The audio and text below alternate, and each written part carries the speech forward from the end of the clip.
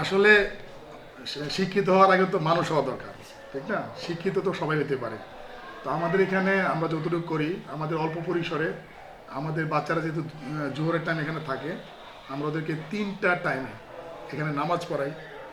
তারপরে তাদেরকে এই নৈতিক শিক্ষা দেয়। নামাজের পরে যে 1-2 মিনিট বসিয়ে রেখে তাদেরকে কিছু আমরা এই মানে কার সাথে কি আচরণ করতে হবে, বাবা মার কথা শুনতে হবে, হাদিস কোরআন মানতে হবে, এগুলো নৈতিক শিক্ষাগুলো আমরা দিই।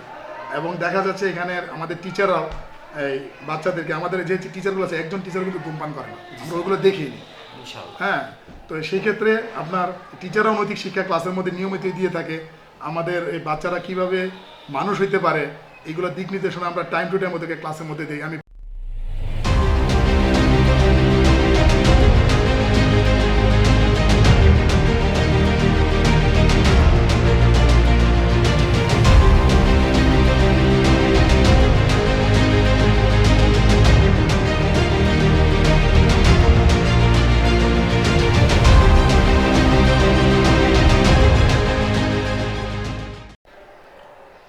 সুপ্রিয় দর্শক শ্রোতা, এই মুহূর্তে আমার সামনে উপস্থিত আছেন মহানগর আইডিয়াল কলেজের সম্মানিত অধ্যক্ষ মোহাম্মদ মামুন মিয়া এবং প্রিন্সিপাল। তিনি দীর্ঘদিন যাবৎ সুনামের সাথে এই মুগ্ধ এলাকাতে তার প্রতিষ্ঠানের দায়িত্ব পালন করে আসছেন। আপনারা জানবেন যে উনি শুধু স্টুডেন্টদেরকে শিক্ষা এবং সার্টিফিকেট দিয়ে তৈরি করছেন না, একজন মনুষ্যত্ববান মানুষ হিসেবে তৈরি করার কারিগর হিসেবে কাজ করে যাচ্ছেন। যে কারণে তার আজকে এই মুগ্ধ এলাকায় 1টা থেকে 2টা শাখা এবং আগামীতে আরও শাখা শুরু হতে যাচ্ছে। আমি সাইদুর রহমান রাজা, দৈনিক ঘোষণার সিনিয়র সাংবাদিক আছি তার সামনে। মামুন স্যারের কাছে জানতে চাইব যে স্যার, একটা স্টুডেন্টের ভালো রেজাল্ট করার ক্ষেত্রে শিক্ষক এবং শিক্ষকের পিতামাতার কী ভূমিকা থাকা উচিত বলে স্যার আপনি মনে করেন? ধন্যবাদ, আপনি একটা ভালো প্রশ্ন করেছেন। আসলে একটা স্টুডেন্ট ভালো হওয়ার ক্ষেত্রে কখনোই একজন শিক্ষকের একক প্রায়োরিটি বা একক যে বলবে, একক ক্ষমতা বলবে যে আমি স্টুডেন্টকে ভালো করতে পারছি, এটা কখনোই সম্ভব না। একটা স্টুডেন্ট ভালো হওয়ার ক্ষেত্রে 3টা জিনিসের সমন্বয় লাগবে: ছাত্র, শিক্ষক এবং অভিভাবক। আজকে আমি শিক্ষক, আমার প্রতিষ্ঠানে সে 5 ঘন্টা আছে, তার কিন্তু বাকি আর 19 ঘন্টা সময় তার হাতে চলে আসে। এখন সেই 19 ঘন্টা বাসায় কি করতেছে, সে কি বাসায় মোবাইল নিয়ে আসে, অনলাইনে ব্যস্ত কিনা, বা বাসায় পড়াশোনা করে কিনা, এগুলো টেক কেয়ার করবে কে? গার্ডিয়ান। তো গার্ডিয়ান যদি সিনসিয়ার না হয়, আর একটা স্টুডেন্ট যদি বেসিক্যালি সে যদি চিন্তা করে যে আমি পড়াশোনা করবো, আমার এমবিশন আছে, তাইলেই সম্ভব। কিন্তু একটা গার্ডিয়ান যদি যতই চেষ্টা করুক, আমি শিক্ষক হিসেবে যতই চেষ্টা করি, স্টুডেন্টের যদি আগ্রহ না থাকে তাহলে হবে না। এই কারণে ছাত্র, শিক্ষক, অভিভাবক এই 3-এর সমন্বয় কিন্তু একটা স্টুডেন্ট ভালো রেজাল্ট করে। আর আমরা এখানে আমাদের সর্বোচ্চ চেষ্টা করি। আমাদের এই প্রতিষ্ঠানে আপনার প্রায় 100 জনের মতো স্টুডেন্ট টিচার আছে, যারা সবাই অনার্স সহ মাস্টার্স, কোনো থার্ড ক্লাস নেই, এবং বিভিন্ন ইউনিভার্সিটি থেকে আসছে। আমিও আমার শেষ সার্টিফিকেটে ঢাকা ভার্সিটিতে করেছি। তো সব কিছু মিলে আমরা একটা ভালো চিন্তা করি স্টুডেন্টের, ঠিক আছে? আর স্টুডেন্ট বেসিক্যালি অনলাইনেই খাইছে ওদেরকে। যদি ওরা যদি মোবাইলটা ইউজ করে, যেহেতু ফেসবুক চালায়, ইনস্টাগ্রাম চালায়, টুইটার চালায়, চ্যাটিং, এই সমস্যার কারণে আজকাল স্টুডেন্টগুলো ভালো করতে পারতেছে না। ওরা রাত্রে বহু রাত জাগে এবং সকালে স্কুলে আসতে পারে না, বা বিভিন্ন কোচিংয়ে গিয়ে কোচিংয়ের কথা বলে আপনার ফাঁকি দেয়। এগুলো গার্ডিয়ান ধরতে পারে না। যারা সচেতন গার্ডিয়ান, ওরা ওদের বাচ্চাগুলোই ভালো করে। আরও একটা প্রবলেম আছে আপনার, এই যারা প্রবাসী, অনেক গার্ডিয়ান কিন্তু প্রবাসী, এই বাচ্চারা মায়ের কথা শোনে না। মায়ের কথা না শোনার কারণে এদের মানে ডাউনফলের দিকে যাচ্ছে। হ্যাঁ, একেবারে এটাই বেশি দেখতেছে। আপনাকে অসংখ্য ধন্যবাদ স্যার। স্যার, আপনার কাছে জানতে চাইবো যে আপনার এই স্কুলকে নিয়ে আগামী দিনে আপনার স্যার মিশন এবং ভিশন কি অবস্থা স্যার? আচ্ছা, যেহেতু আমরা প্রাইভেট প্রতিষ্ঠান চালাই, এখানে আমাদের সরকার থেকে কোনো ধরনের সাহায্য সহযোগিতা আমরা পাই না। এটা আমরা করার সময় বলছে যে না, আমরা কোনো সাহায্য সহযোগিতা নিব না। তো প্রতিষ্ঠান তো আছে সরকারি, এমপিও ভুক্ত, নন এমপিও। নন এমপিও বলতে আমরা প্রাইভেট, নন এমপিও। এখানে আমার টোটাল স্টুডেন্টদের কাছ থেকে ইনকাম দিয়েই আমাকে খরচ চালাইতে হয়, বিল্ডিং ভাড়া, এভরিথিং। 1 টাকাও সরকার থেকে আসে না।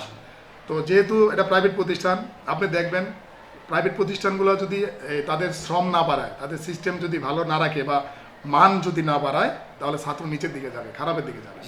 তো আমরা সর্বোচ্চ চেষ্টা করে যাচ্ছি, কারণ এখানে একটা হিউজ ইনভেস্টমেন্টের ব্যাপার স্যাপার আছে। তারপর টিচারকে আমাকে পেমেন্ট করতে হয়। এই কারণে আমরা যদি ভালো কিছু না করি, তাহলে আমাদের স্টুডেন্ট ভর্তি হবে না। ভর্তি না হলে আমরা লসের দিকে চলে যাব, আর তখন আমাদের স্কুল ছেড়ে আমার প্রিন্সিপালগিরি থাকবে না। সো আমরা খুব সর্বোচ্চ ফোর্স দিই স্টুডেন্টের লেখাপড়ার দিকে। আর আমাদের লেখাপড়া নিয়ে কোনো নো কম্প্রোমাইজ, আর টিচারের ক্ষেত্রে আমরা ভালো ইন্টারভিউর মাধ্যমে ভালো টিচার নেই, যাতে এই টিচারগুলো যদি ভালো নয় স্টুডেন্ট ভালো হতে পারবে না। টিচার যদি না জানে স্টুডেন্ট জানবে কেমন? আর আমাদের প্রত্যেকটা ক্লাসরুম 30 জন করে বাচ্চা, 30 জন বাচ্চা মানে এখানে ওর ডায়েরি মার্ক করা, পড়া দেওয়া নেওয়া আদায় করা সব কিছু হয়।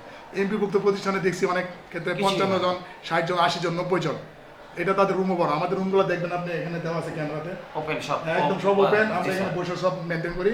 প্রতিটা ক্লাসে 30 জন বাচ্চা, 30 জন বাচ্চাকে একটা টিচার খুব সুন্দরভাবে 40 মিনিট ক্লাস জি স্যার। সুশৃঙ্খলভাবে নিতে পারে। পড়া দেওয়া নেওয়া আদায় করা এগুলো আমরা খুব কঠোরভাবে করি, যার ধরুন মানে রেজাল্ট ভালো হয়, ছেলেদের ভালো হয় রেজাল্ট, মেয়েদের এদের আমাদের কি হয়, এই রেজাল্ট ভালো হওয়ার কারণে আমাদের স্টুডেন্ট বাড়ে ইনশাআল্লাহ। জি স্যার, ইতিমধ্যে আমরা জানতে পেরেছি স্যার খুব অল্প সময়ের মধ্যে এই শাখা থেকে আপনারা নতুন একটা শাখায় পদার্পণ করেছেন এবং এই এলাকার যত মেধাবী ছাত্রছাত্রী যারাই আছে তারা অধিকাংশই স্যার এই স্কুলমুখী হয়। স্যার এই স্কুলেই কেন তারা ভর্তি হওয়ার জন্য এত আগ্রহ প্রকাশ করছে স্যার, যদি একটু বলতেন।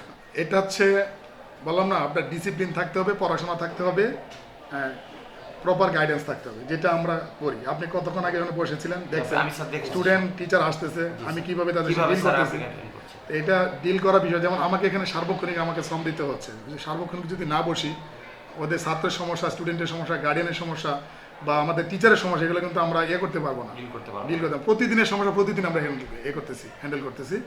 যাই হোক, তো অবশ্যই টেক কেয়ারটা ভালো, যার কারণে স্টুডেন্টের সংখ্যা বাড়তেছে। আমাদেরও এলাকার মধ্যে আমাদের একটা ভালো সারা আছে ইনশাআল্লাহ। মোহাম্মদ মামুন স্যার, আপনাকে অসংখ্য ধন্যবাদ। দৈনিক ঘোষণার পক্ষ থেকে আমি সাইদুর রহমান আপনার সাথে আছি। আর ছোট করে যদি স্যার একটু বলবেন যে এখন আমরা দেখি যে অনেকেই শিক্ষিত, কিন্তু সবাই শিক্ষিত হয়েই বড় বড় দুর্নীতির সাথে সম্পৃক্ত হয়ে যায়। তো সেক্ষেত্রে একটা মানুষকে মনুষ্যত্ববান মানুষ হিসেবে তৈরি করার পিছনে স্যার আপনারা ব্যাপকভাবে কাজ করে যাচ্ছেন। স্যার এই নিউ উদ্যোগটা স্যার আপনারা যে নিয়েছেন স্যার, এই বিষয়ে যদি দু একটা কথা বলতেন। জি, আসলে শিক্ষিত হওয়ার আগে তো মানুষ হওয়া দরকার, ঠিক না? শিক্ষিত তো সবাই হতে পারে। তো আমাদের এখানে আমরা যতটুকু করি, আমাদের অল্প পরিসরে আমাদের বাচ্চারা যেহেতু জোহরের টাইম এখানে থাকে, আমরা ওদেরকে 3টা টাইমে এখানে নামাজ পড়াই।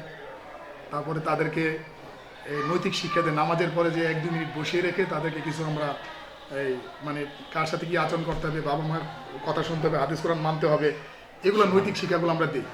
এবং দেখা যাচ্ছে এখানে আমাদের টিচাররাও এই বাচ্চাদেরকে, আমাদের যে টিচারগুলো আছে, একজন টিচার কিন্তু ধূমপান করে না, আমরা ওগুলো দেখিনি। ইনশাআল্লাহ। হ্যাঁ, তো সেই ক্ষেত্রে আপনার টিচাররাও নৈতিক শিক্ষা ক্লাসের মধ্যে নিয়মিত দিয়ে থাকে।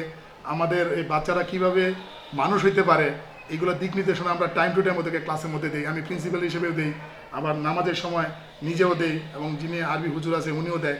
এইভাবে তাদেরকে মোটিভেট করি আমরা ওভাবে, যাতে তারা লেখাপড়ার পাশাপাশি মানুষ হইতে পারে, মনুষ্যত্ববান মানুষ হইতে পারে। স্যার আপনাকে অসংখ্য ধন্যবাদ। আমি সাইদুর রহমান রাজা আছি আপনার সাথে। আগামী দিনে স্যার আবারও কথা হবে। আর যারা ভিউয়ার্স আমাদের সাথে আছেন, আপনারা শুনলেন আমাদের মহানগর আইডিয়াল কলেজের সম্মানিত অধ্যক্ষ মোহাম্মদ মামুন স্যারের মূল্যবান কিছু কথা। আমরা তার সাথে আছি, আপনারাও তার সাথে থাকবেন এবং আপনার সন্তানকে দেখে শুনে বুঝে এমনই একটা স্কুলে দেওয়ার জন্য আমরাও আপনাদেরকে অনুরোধ জানাচ্ছি। আপনারা সকলে ভালো থাকবেন, সকলের সুস্বাস্থ্য ও দীর্ঘায়ু কামনা করে আজকে এখানেই বিদায় নিচ্ছি স্যার। আসসালামু আলাইকুম। ওয়ালাইকুম আসসালাম।